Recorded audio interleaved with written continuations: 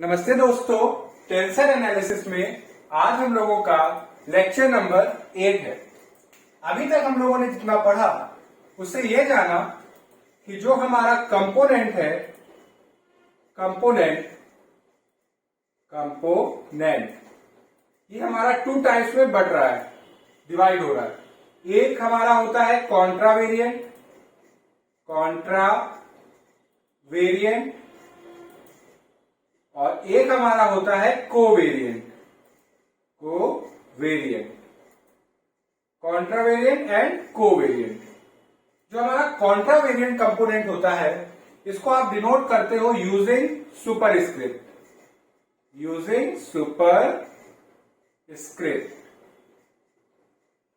और जो covariant component होता है इसको आप डिनोट करते हो यूजिंग सबस्क्रिप्ट। जैसे कि यहां पे अगर आपको दिखाना है कोई कॉन्ट्रावेरिएंट कंपोनेंट तो आप कैसे दिखाओगे? ए सुपरस्क्रिप्ट आई। अगर आपको कोवेरिएंट कंपोनेंट दिखाना है तो आप कैसे दिखाओगे? ए सबस्क्रिप्ट आई। फिर हम लोगों ने पढ़ा कि अगर आपके पास n क्वांटिटीज दी जाए, कैसे आपने डिनोट करी? ए सुपरस्क्रिप्ट आई। और आई हमारा कहां से कहां तक है? आई हमारा 1 to n है। तो जब ये n क्वांटिटीज ट्रांसफॉर्म होती हैं एक सिस्टम से दूसरे सिस्टम में तो वो कैसे क्या बन जाएंगी? वो a बार i बन जाएंगी। और ये भी कितनी होगी? n क्वांटिटीज बच्चों क्या हुई? ट्रांसफॉर्म। n क्वांटिटीज ट्रांसफॉर्म हुई। तो जब ये n क्वांटिटीज सिस्टम 1 से सिस्टम 2 में जाती हैं तो जो इनको आप ऑब्टेन करते हो using the specific law of transformation, जो क्या कहता है हमारा, जो कहता है यहां पे मैं इसको अगर बताऊं कि जिन n क्वांटिटीज को आपने ट्रांसफॉर्म किया है उनको आप ऑब्टेन कर पाओ, मतलब वो दिखेंगी कैसे? a bar i। उनको आप ऑब्टेन कर पाओ using the n quantities given in system 1। जो आपको n क्वांटिटीज दी हुई है उनकी हेल्प से। देखो आपको क्या दी हुई है? ए जे। अब बात आती है कि किस सिस्टम के वेरिएबल को पार्शियली डिफरेंशिएट करके न्यूमरेटर में रखना है या डिनोमिनेटर में रखना है। तो बच्चों इसके लिए एक हिंट है बहुत अच्छी सी कि आप एक काम करें कि जो आपका सिस्टम 1 है इसके वेरिएबल को जब आप पार्शियली डिफरेंशिएट करें, लेट सपोज आपने पार्शियली डिफरेंशिएट किया तो ये हुआ डेल एक्स आई। तो इसको आप ट्रीट करिए एज अ बेसिस इसको ट्रीट करिए। एज अ बेसिस आप इसको क्या करिए? ट्रीट करिए। तो इससे फायदा क्या होगा कि आप जानते हो कि कॉन्ट्रावेरिएंट में जो कॉन्ट्रावेरिएंट कंपोनेंट होते हैं और जो बेसिस होते हैं वो अपोजिट मैनर में ट्रांसफॉर्म होते हैं। मींस कि कॉन्ट्रावेरिएंट कंपोनेंट एंड बेसिस ये हमारे ट्रांसफॉर्म होते हैं, ट्रांसफॉर्म इन अपोजिट मैनर। तो इस चीज का हम लोग जो वर्ड है, जो मीनिंग है उसका आप यूज करिए। तो आप क्या करिए? जिस सिस्टम में आप हो, जिन n क्वांटिटीज से आप n क्वांटिटीज बना रहे हो, उस सिस्टम को, जो आपका बेसिक सिस्टम है जहां पे प्रेजेंट टाइम पे आप हो, वहां के वेरिएबल को आप पार्शियली डिफरेंशिएट करो और उनको एज अ बेसिस ट्रीट करो। तो इससे क्या होगा कि आप क्या कर रहे हो? ये हमारा ए सुपरस्क्रिप्ट जे आपको क्या बता रहा है? कॉन्ट्रावेरिएंट कंपोनेंट है।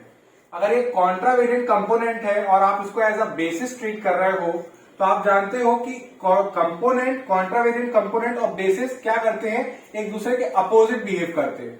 तो अगर कॉन्ट्रावेरिएंट कंपोनेंट न्यूमरेटर में है तो आप जिसको बेसिस मान रहे हो वो कहां पे जाएगा?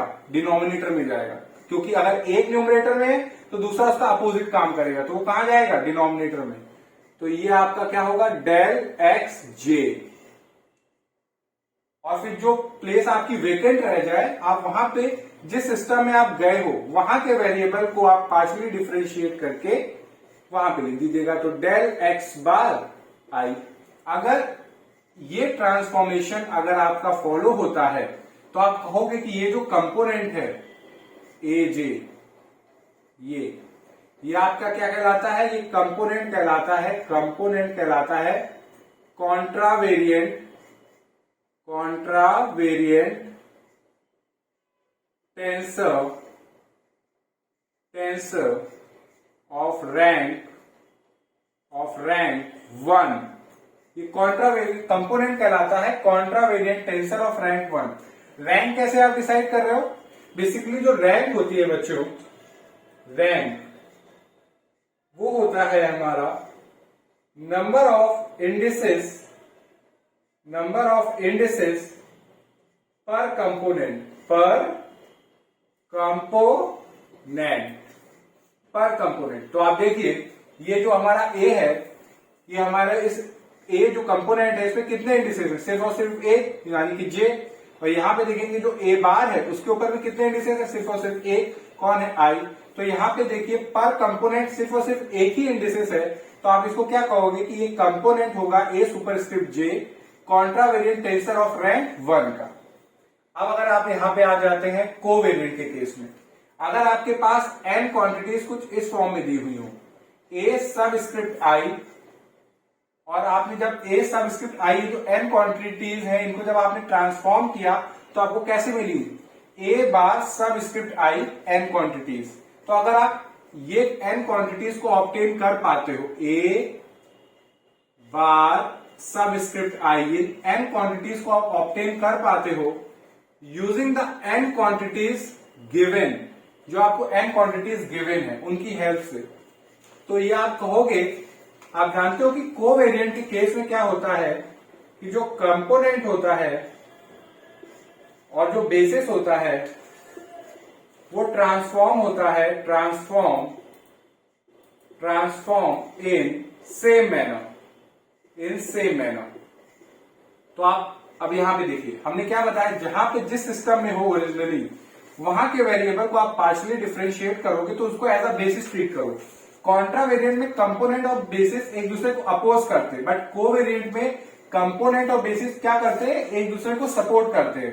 तो अब यहां पे देखिए अगर आपका कोवेरिएंट कंपोनेंट न्यूमरेटर में है तो उसके करस्पॉन्डिंग बेसिस भी कहां पे जाएगा, वो भी न्यूमरेटर में जाएगा।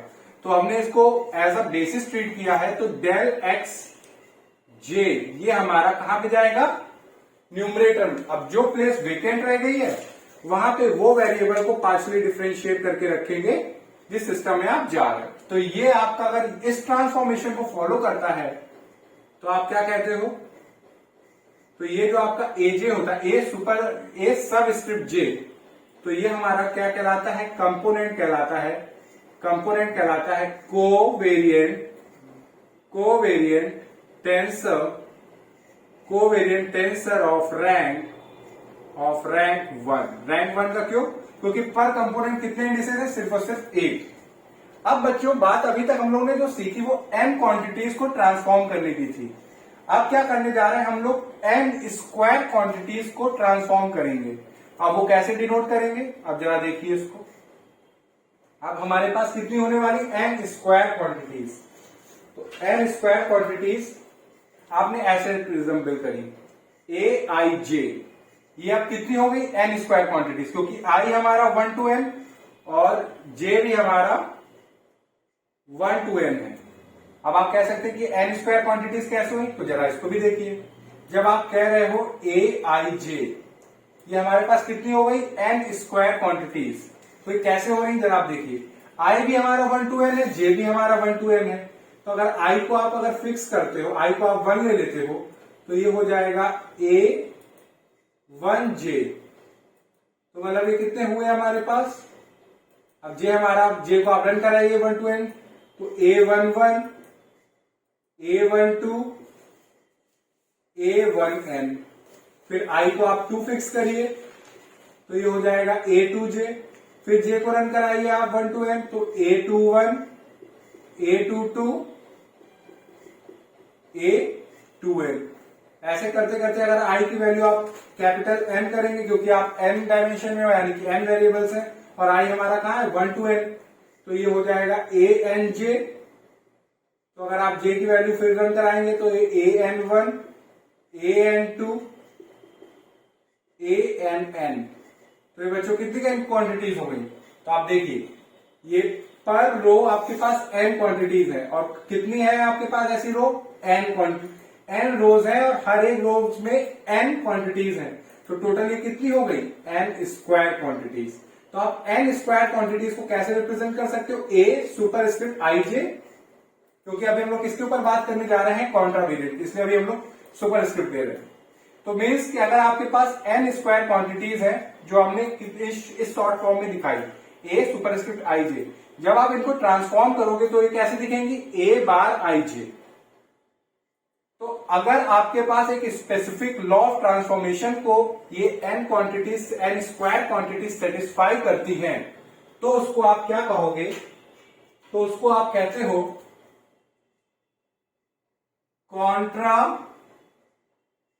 कॉन्ट्रावेरिएंट टेंसर ऑफ रैंक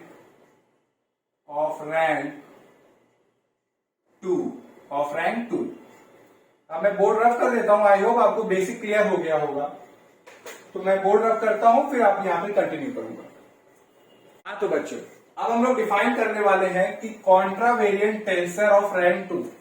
तो अगर आप देखिए इसमें क्या करते हैं हम लोग कि n स्क्वायर क्वांटिटीज को ट्रांसफॉर्म करते हैं। तो अभी हमने देखा कि कंसिडर n स्क्वायर क्वांटिटीज कैसे आप डिनोट करोगे, a i j। अभी मैंने आपको एक्सप्लेन किया कि ये कितनी है n स्क्वायर क्वांटिटीज। कहां पे आपने लिए, हमारे सिस्टम 1 में। in a coordinate system x1 x2 xn। हमारे सिस्टम 1 में जो वेरिएबल्स है n वेरिएबल्स है, क्योंकि n डायमेंशन का है। और कैसे हमने रिप्रेजेंट किए, x1 x2 x3 ऐसे।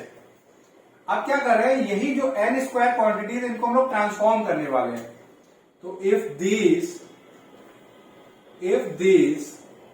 n square quantities are transformed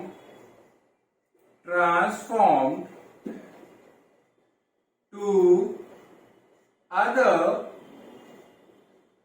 n square quantities जिनको आप कैसे रिप्रेजेंट कर रहे हो, a bar i j। Means कि आप जब सिस्टम 1 से सिस्टम 2 में गए तो यही जो n स्क्वायर क्वांटिटीज है किसमें ट्रांसफॉर्म हो गई, a बार i j। तो if these n square quantities are transform to other n square quantities a bar i j, कहां पे, हमारे सिस्टम 2 में, in another coordinate system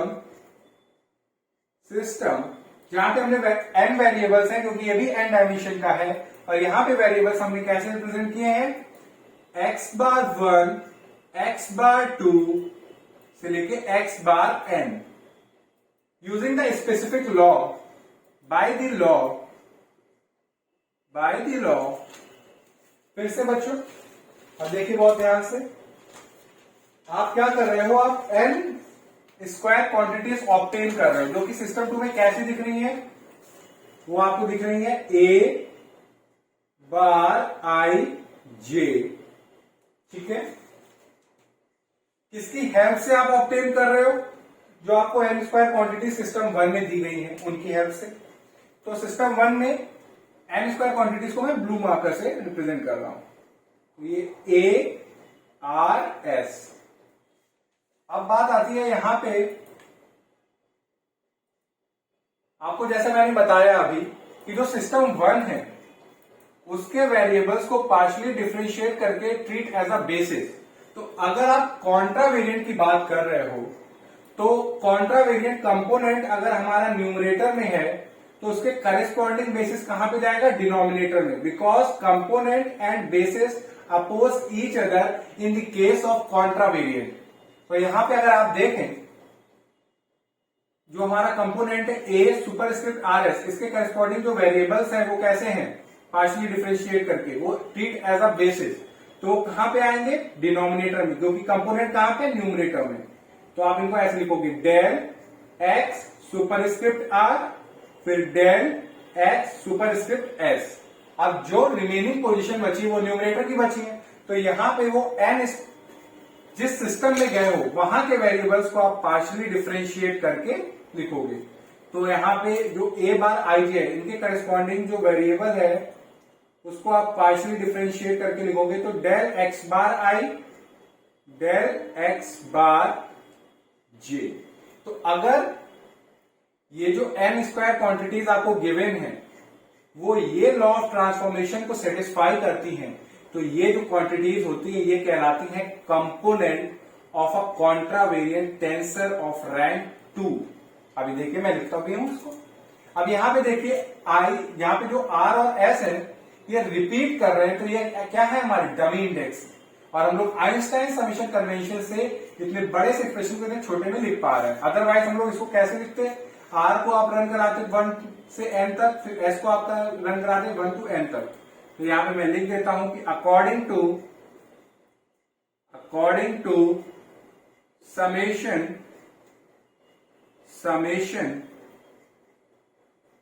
convention then the quantities, ये जो क्वांटिटीज है हमारे पास, देन द क्वांटिटीज कौन सी, ए सुपरस्क्रिप्ट आई जे। आप आई जे लिखें या आर एस लिखें कोई फर्क नहीं, क्योंकि हमारे क्या है, डमी इंडेक्स है। तो ये जो क्वांटिटीज है एन स्क्वायर क्वांटिटीज, इनको आप क्या कहोगे, are called the component of a contravariant tensor of rank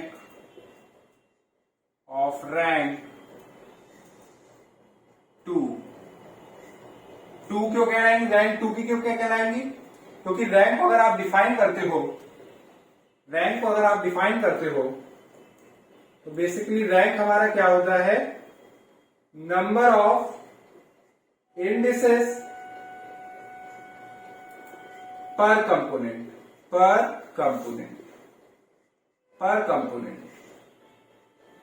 तो आप देखेंगे कि जो ए हमारा कंपोनेंट है इसके ऊपर कितने इंडिसेस हैं, 2, आर और एस।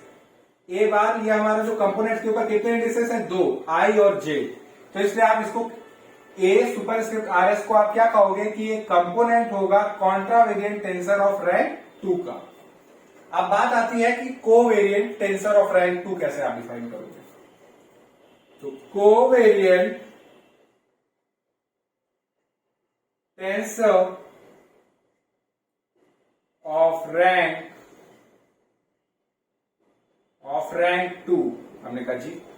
तो अब यहां पे जो आपको जैसे पता है कि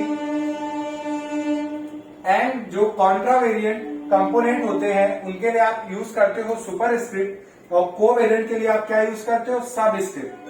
तो अगर आपके पास कुछ एन स्क्वायर क्वांटिटीज कुछ इस फॉर्म में है, ए सबस्क्रिप्ट आई जे, तो ये जब एन स्क्वायर क्वांटिटीज ट्रांसफॉर्म होंगी और जाएंगे मीन्स सिस्टम 2 में, तो ये कैसे दिखेंगी, ए बार सबस्क्रिप्ट आई जे।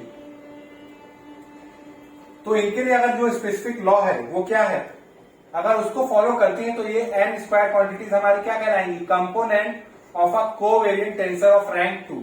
जरा उसको देखिए, फिर से हम लोग क्या कर रहे हैं, कंसीडर कर रहे हैं, कंसीडर एन स्क्वायर क्वांटिटीज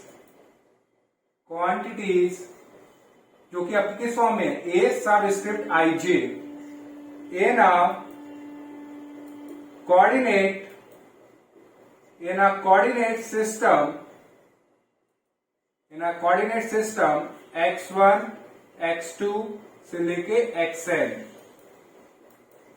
और यही n स्क्वायर क्वांटिटीज को अगर आप ट्रांसफॉर्म करते हो, if this n square quantities are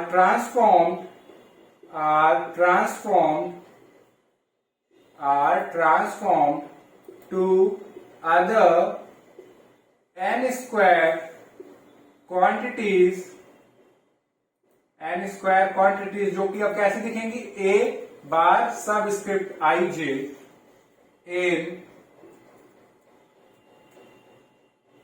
in another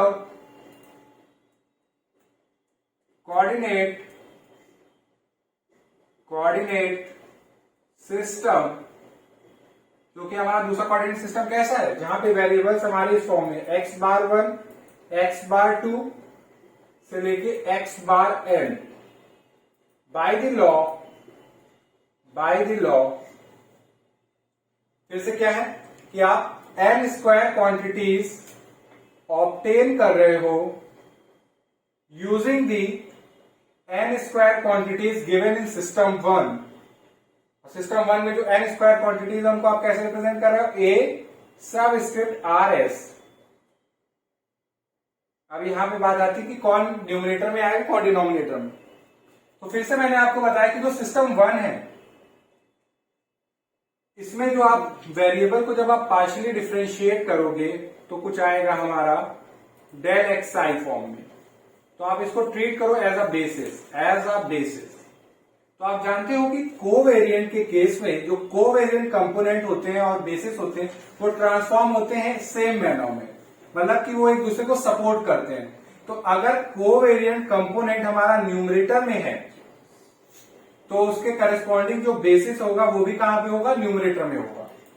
तो अब देखिए ये हमारा, अगर आप क्योंकि कोवेरिएंट कंपोनेंट को आप सबस्क्रिप्ट से दिखाते हो तो ये हमारा a सबस्क्रिप्ट rs न्यूमरेटर में है, तो इसके करस्पॉन्डिंग जो वेरिएबल को आप जब पार्शियली डिफरेंशिएट करोगे तो उसको आपको मैंने क्या बताया, एज अ बेसिस ट्रीट करो।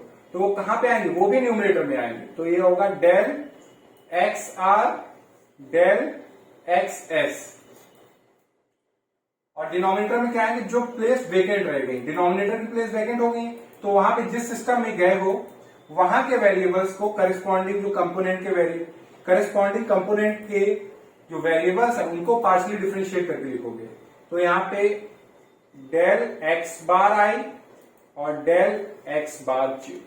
अगर ये हमारा लॉ ऑफ ट्रांसफॉर्मेशन ये n स्क्वायर क्वांटिटी सेटिस्फाई करती हैं, यहां पे लिख देता हूं, यहां पे according to summation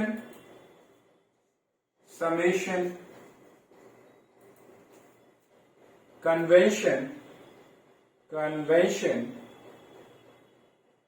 then the quantities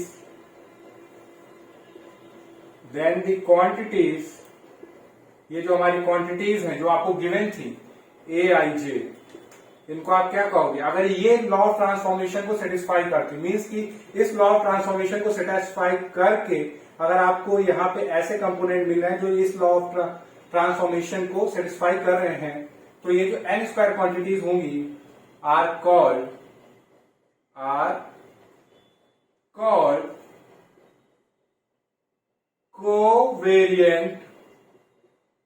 covariant tensor, are called component, क्योंकि ये हमारे क्या है, कंपोनेंट है, आर कॉल्ड कंपोनेंट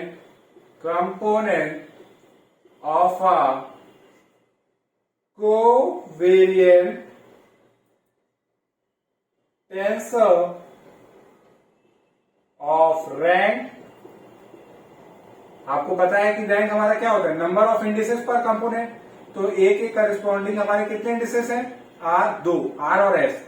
ए बार के पास कितने हैं इंडिसेस, 2, आई और जे। तो यहाँ पे पर कंपोनेंट 2 इंडिसेस हैं, इसलिए आप कह सकते हो कि ये ए सबस्क्रिप्ट आई जे हमारा कंपोनेंट है कोवेरिएंट टेंसर ऑफ रैंक 2 का। तो ये आज हम लोगों ने प्रीवियस लेक्चर में हम लोगों ने कॉन्ट्रावेरिएंट और कोवेरिएंट टेंसर ऑफ रैंक 1 पढ़ा, और आज हम लोगों ने कॉन्ट्रावेरिएंट और कोवेरिएंट टेंसर ऑफ रैंक 2 पढ़ा। इसमें अगर कोई डाउट हो या कोई पार्ट ना समझ में आया हो तो आप कमेंट सेक्शन में लिख के बताइएगा। Thank you.